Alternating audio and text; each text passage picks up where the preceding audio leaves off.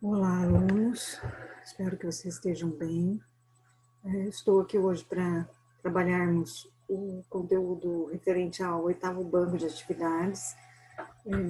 Eu só vou fazer uns apontamentos do que é principal dentro do que foi divulgado para vocês na listagem de conteúdos dentro da plataforma de estudos, para que vocês executem os exercícios. Então, só vou fazer uma orientação geral de como está disposto o conteúdo, e durante os plantões a gente esclarece as dúvidas referentes aos detalhes, às informações apresentadas. Então, à medida que forem fazendo a leitura dos textos, que forem executando os exercícios, façam as anotações no caderno, porque essas anotações serão elas que nos ajudarão à condução dos plantões. Por meio delas, vocês vão me dizendo o que realmente suscitou dúvida, como é que foi a execução dos exercícios, tá? Então, vamos dar uma olhadinha no que o 8º banco nos traz para estudos. Então, aqui, olha, o 8º banco, ele traz tigres asiáticos e Oriente Médio, né?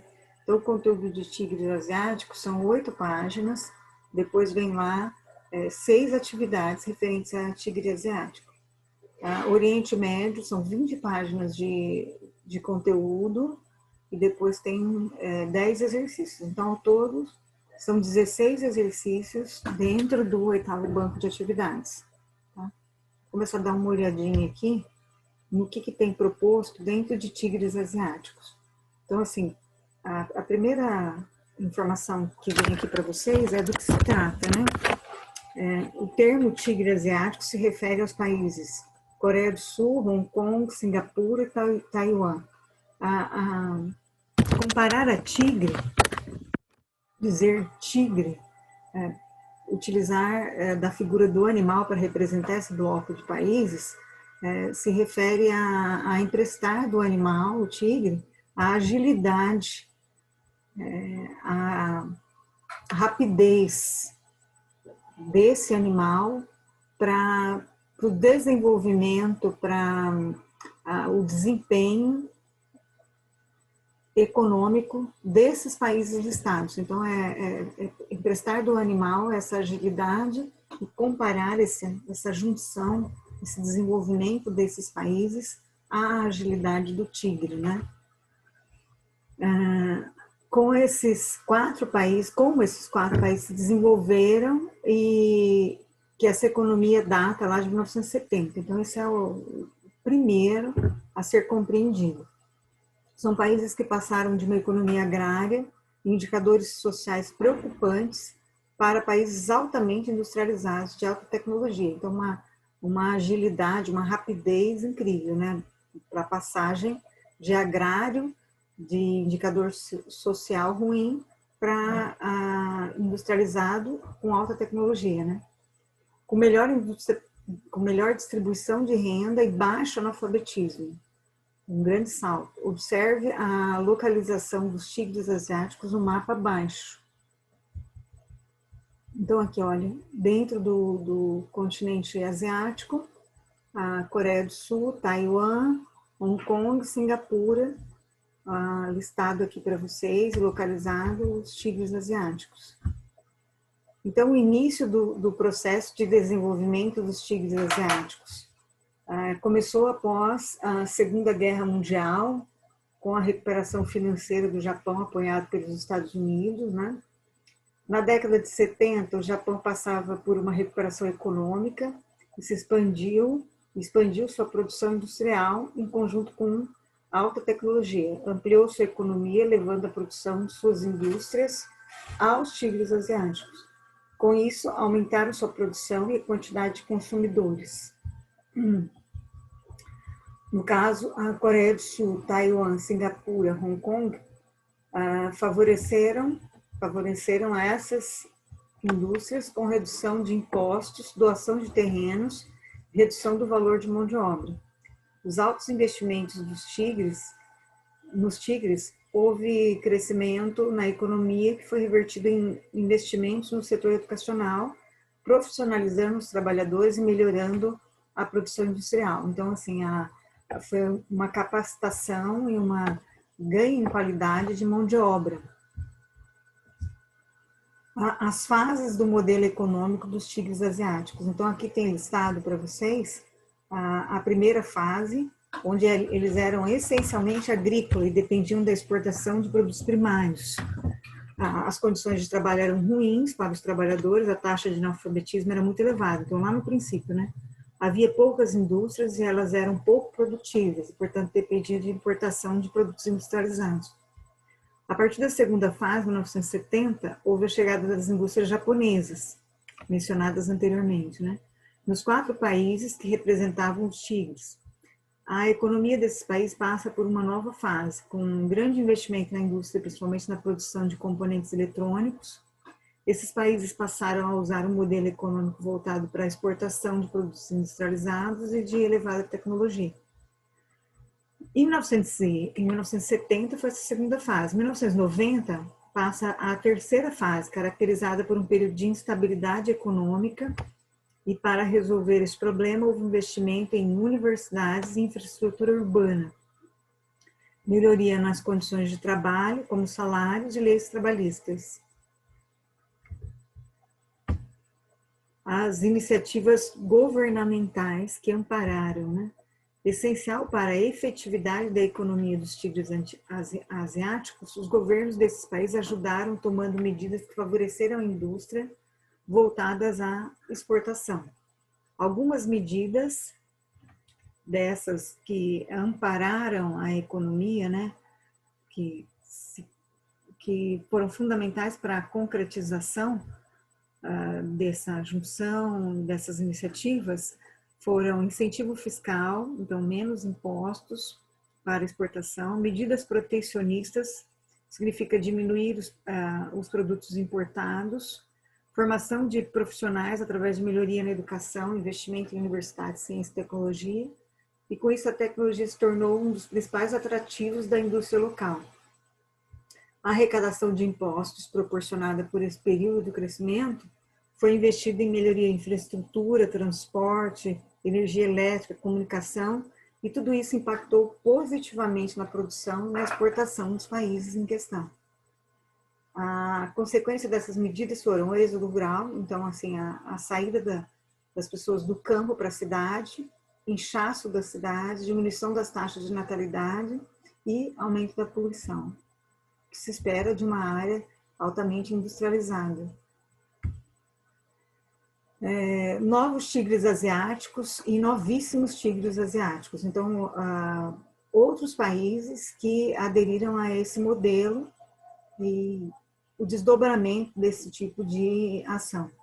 Mais recentemente, durante a década de 80, alguns países seguiram os passos dos tigres. Foram eles: Malásia, Indonésia e Tailândia. Países esses que também fizeram de seu modelo econômico voltado para a exportação de produtos o carro-chefe. Esses países foram chamados de novos tigres asiáticos. E durante a década de 1990, mais de 2 países se uniram à economia para a exportação e são chamados de novíssimos tigres, o Vietnã e as Filipinas. Então, aqui tem um mapa mostrando a localização desses países que seguiram os passos aí dos chamados dos primeiros tigres asiáticos. Então, até aqui, ó, uma legendinha mostrando em diferentes tonalidades quem são os primeiros tigres, os novos tigres e o período, né? 1970, 1980 para os novos tigres, e os novíssimos tigres após 1990, né? Aqui tem um vídeo, o vídeo é importante porque ele ilustra com um visual riquíssimo aqui que ajuda a compreender melhor essa dinâmica. O mapa mental é sempre indicado para melhor fixação do conteúdo, para melhor compreensão, para contextualizar as informações. Então, sempre que for ler um texto, é recomendável que anote as informações principais e as conecte por meio de um mapa mental. Aqui ele está bem ilustrado, com imagens, mas você pode fazer ele de forma mais simples, só com setas e palavras, conectando as ideias, né? Então, aqui no meio, olha, os tigres asiáticos e no entorno do mapa conceitual, as ideias que conectam informações pertinentes ao assunto, né? Então, aqui, os tigres asiáticos, a localização, então, os primeiros aqui, a localização deles, né? Taiwan, Hong Kong, Singapura, Coreia do Sul. A origem, né? Como isso tudo começou. Então, a Guerra Fria, aquela divisão do mundo, a bipolaridade, Estados Unidos, capitalismo, a antiga União Soviética, socialismo, né? O modelo que foi adotado, o papel do Estado, as consequências, né? Quais consequências? Então, a mão de obra, foi investido na mão de obra, na qualificação da mão de obra, a industrialização foi acelerada, as mudanças recentes, né? Os produtos de alto valor agregado, computadores, eletrônicos, maior renda per capita, os novos tigres, estados. Percebam que as informações ditas anteriormente no texto, elas foram organizadas aqui nesse mapa mental, o mapa conceitual. Você pode utilizar desse esquema de estudo para apoiar aí a leitura dos textos. Assim fica mais fácil ainda o momento de execução das atividades e favorece também melhor fixação de conteúdo, compreensão do conteúdo de uma forma mais dinâmica, mais visual. Aqui as referências bibliográficas. Nós temos que dar uma olhadinha no conteúdo proposto, que é do Oriente Médio. Todas as dúvidas referentes aos tigres asiáticos, peço que anotem e que me apresentem para que possamos discutir, para que eu possa explicar melhor, mais detalhadamente, nos nossos plantões. Acabei clicando errado aqui. Vou voltar.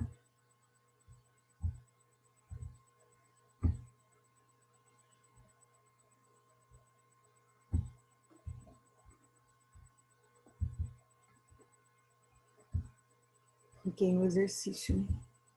Vamos dar uma olhadinha dentro do conteúdo. Então, conteúdo de Oriente Médio.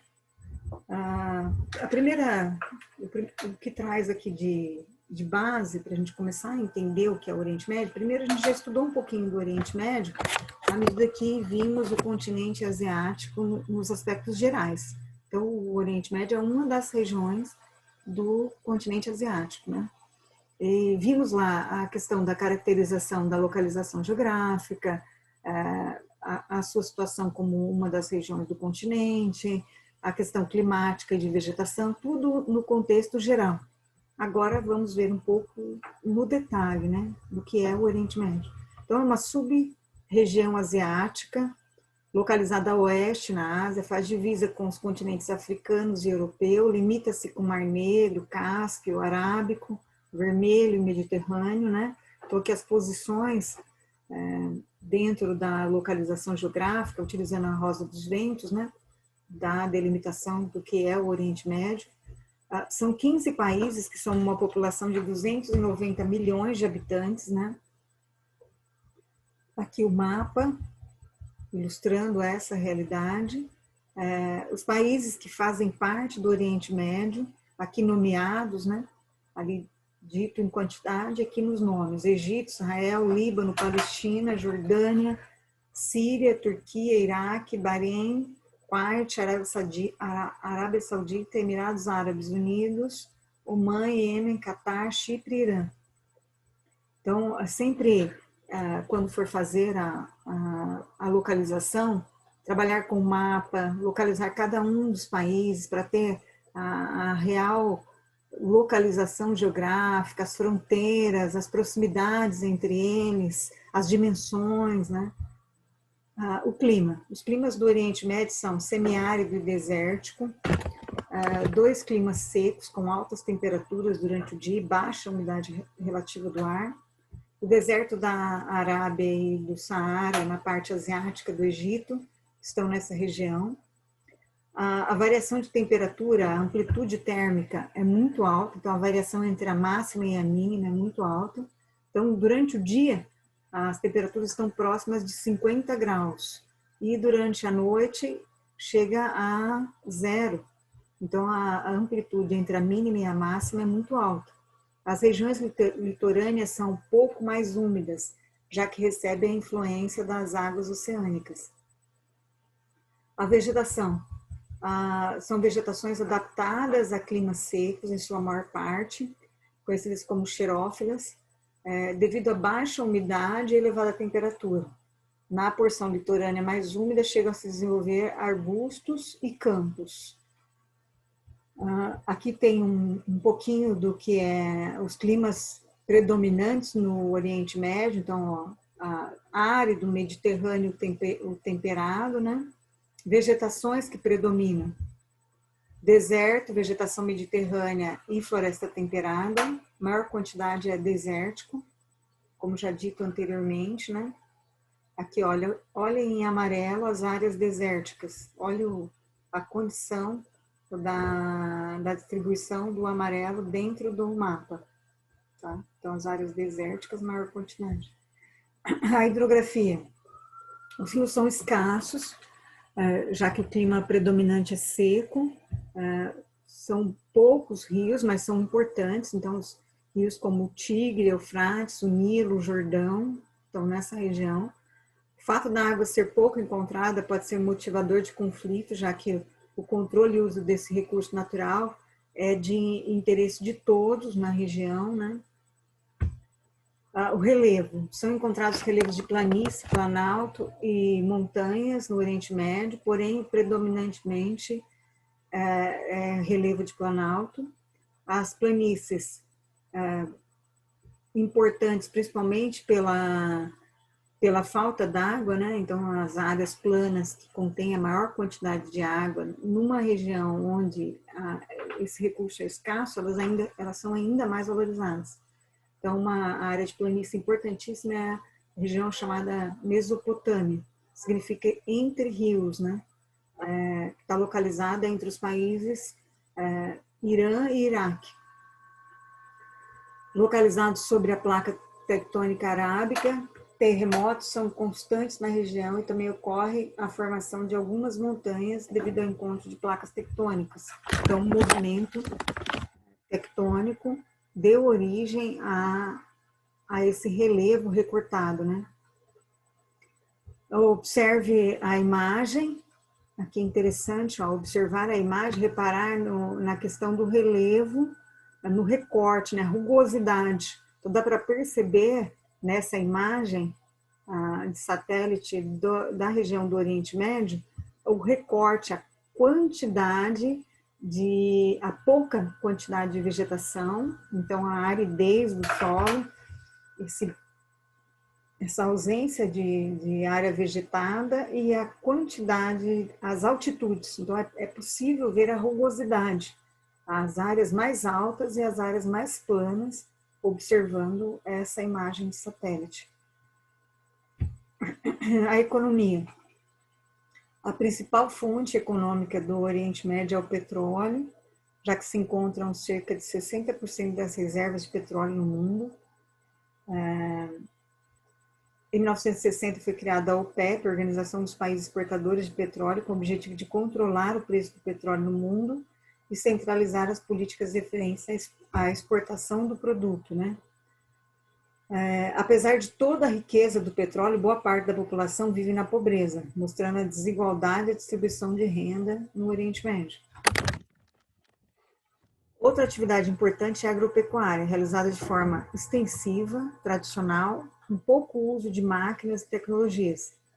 Porém, emprega cerca de 40% da população economicamente ativa que está trabalhando, apesar de ser uma atividade prejudicada pelo clima. População economicamente ativa é aquela que está executando as atividades referentes ao trabalho, né?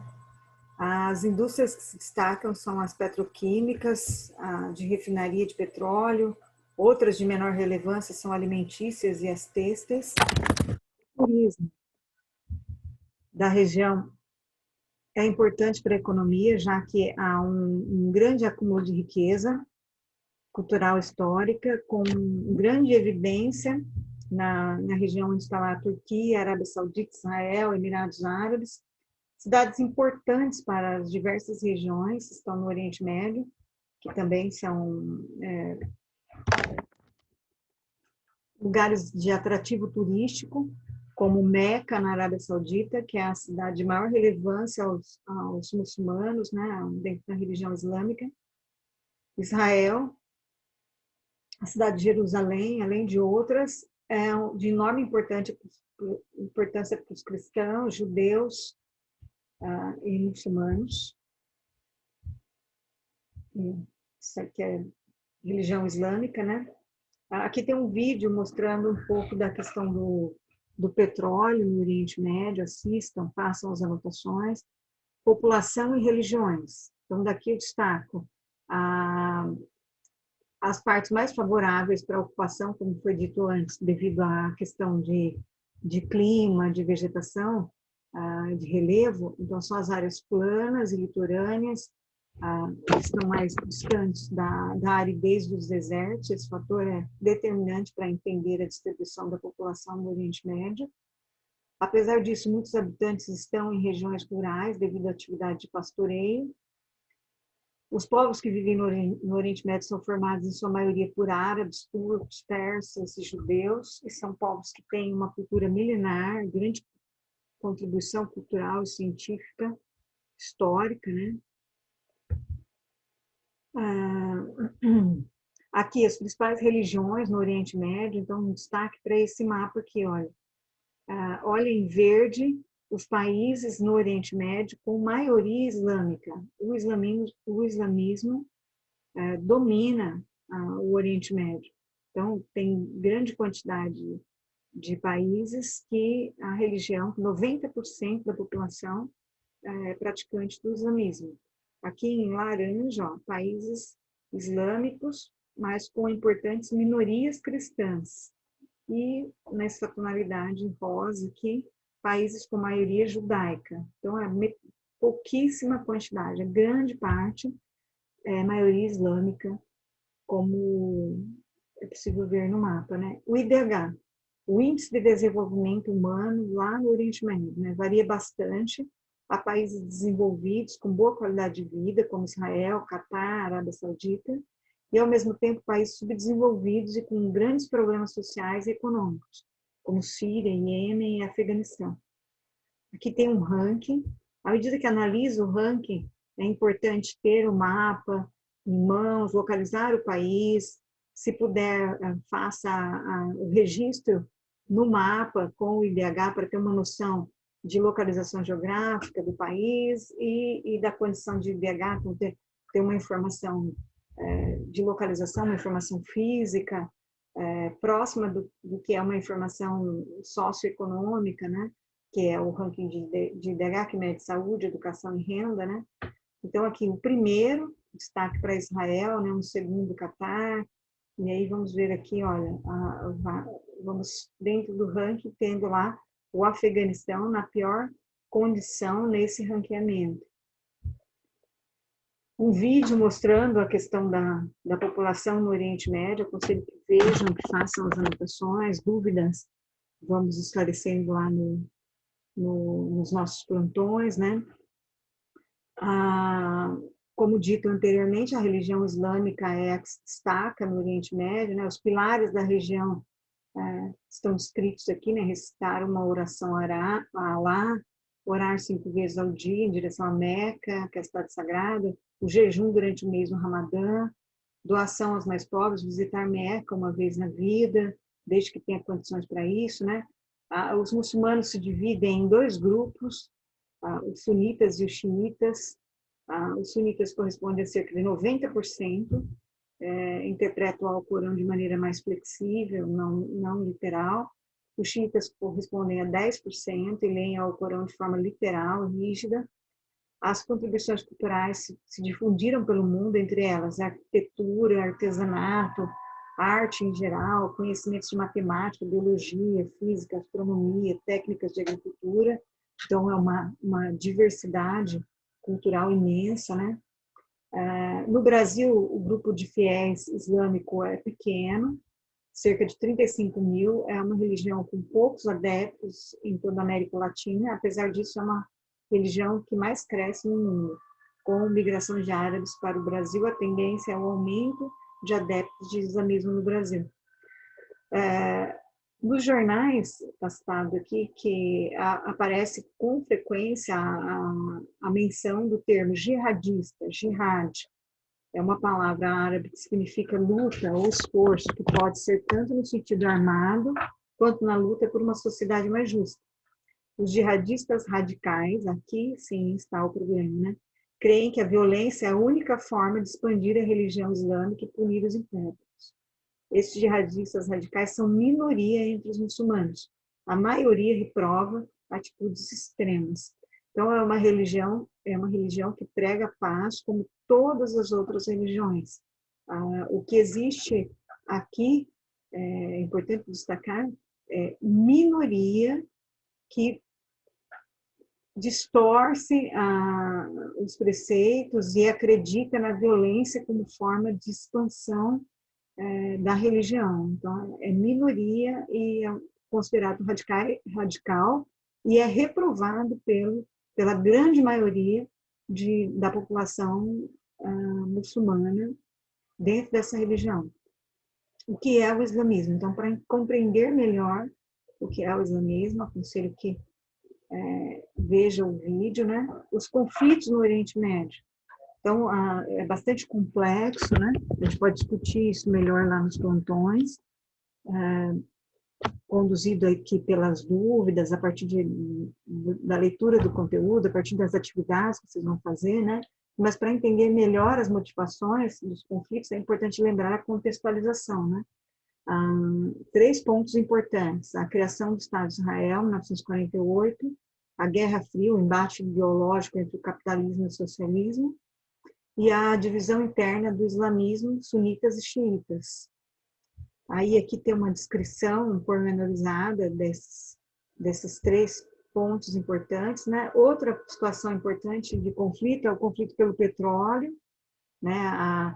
O petróleo como fonte de energia e grande quantidade dentro do Oriente Médio, ele promove aí condições de intervenções de outros países, como intervenções dos Estados Unidos, que invadiram o Iraque com motivação de impedir o uso de armas químicas, ali envolvendo o ditador Saddam Hussein, motivações que são questionadas e reivindicadas por alguns sobre a teoria do choque de civilizações, outros defendem que é uma disputa por riqueza econômica, estratégica, como o petróleo, né? Então, a gente discute isso com maior profundidade nos plantões. Essa invasão trouxe muitas perdas de infraestrutura e gastos para o Iraque, só mencionando aqui a questão de uma das intervenções, né, que é os Estados Unidos invadindo o Iraque. Uma das consequências aqui, ó, nessa invasão, as armas não foram encontradas, né, supostamente ditas lá pelos Estados Unidos como motivo da invasão, e a consequência da invasão foi um grande controle sobre os postos de petróleo pelos Estados Unidos. O petróleo, fonte de energia não renovável, é uma matéria de grande importância para a economia e poder. Países que detêm o controle e venda de petróleo têm grande recurso em mãos e é algo estratégico, né? Todos sabem disso. Por essa razão, muitas vezes se torna um motivo de conflito entre os países, principalmente os da região do Oriente Médio. Os conflitos religiosos, dados aí por grupos terroristas, fundamentalistas, ditos anteriormente, né? O terrorismo é o nome dado a protestos violentos realizados por grupos ou indivíduos que objetivam transformar ordens do governo, bem como o próprio governo, por meio de pânico, gerando decisões precipitadas e radicais, né? Principais grupos terroristas no Oriente Médio, né? O Estado Islâmico, a Al-Qaeda, o Hamas, Aí tem um pouco a descrição deles, né? Um vídeo mostrando os detalhes do Estado Islâmico. A questão curda também, que é um conflito dentro do Oriente Médio, né? Então, o curdo é uma etnia formada por cerca de 30 milhões de pessoas que estão distribuídas, essa etnia, né, está distribuída em 6 países, né? Turquia, Armênia, Azerbaijão, Iraque, Irã e Síria. Eles reivindicam a criação de um país chamado Kurdistão, na área destes 6 países que eles ocupam. Eles estão distribuídos, eles reivindicam um espaço territorial deles. A reivindicação é legítima, já que eles foram a maior nação do mundo, eles formam a maior nação do mundo, 30 milhões de pessoas sem território próprio. Por conta da busca deles pela criação de um novo país, os curdos sofrem represálias dos governos de onde se encontram. Iraque e Turquia, por exemplo, reprimem o uso da língua dos curdos, não permite o uso de serviços públicos como saúde, educação e comemorações tradicionais. Bom, tem mais detalhes sobre essa questão curda. Tem uma sugestão de notícia aqui para vocês, uma reportagem da BBC News Brasil sobre o povo curdo, que traz sobre o título, né, quem são os curdos e por que são atacados pela Turquia. Leiam, anotem, aqui é fonte para as nossas discussões no plantão, né, um vídeo mostrando, e um mapa mental, importante mecanismo, importante instrumento de estudo, né? Então, coloco aqui o Oriente Médio no centro, e que eu oriento vocês a fazerem também. Fica como um instrumento de estudo visual, prático, onde você pode elencar as informações principais sobre o Oriente Médio e fazer um estudo consistente sobre essa região importante do continente asiático. Então, aqui, ó, a localização, os aspectos físicos, ser o fato de berço das religiões, né? Quais religiões, o islamismo, o cristianismo, o judaísmo, né? Os conflitos, a questão da ONU mediando essas situações relacionadas ao Oriente Médio, os grupos radicais, a questão palestina, a particularidade do islamismo, os grupos radicais terroristas, né? Países de destaque como Irã, Afeganistão, Iraque, os conflitos envolvendo esses países. Então, você pode montar o seu mapa conceitual de acordo com as informações principais que você elencou aí no seu caderno. E aqui as referências bibliográficas, né, de onde eles tiraram essas informações para montar esse conteúdo. Bom, o que eu tinha para passar para vocês, lembrando que foi só um apontamento do que é principal dentro do conteúdo para que vocês façam as atividades. Era isso, nos plantões a gente discute com maior profundidade as dúvidas, o que vocês entenderam melhor, o que vocês acharam mais difícil, as dúvidas com relação a fazer as atividades, tá? Até mais.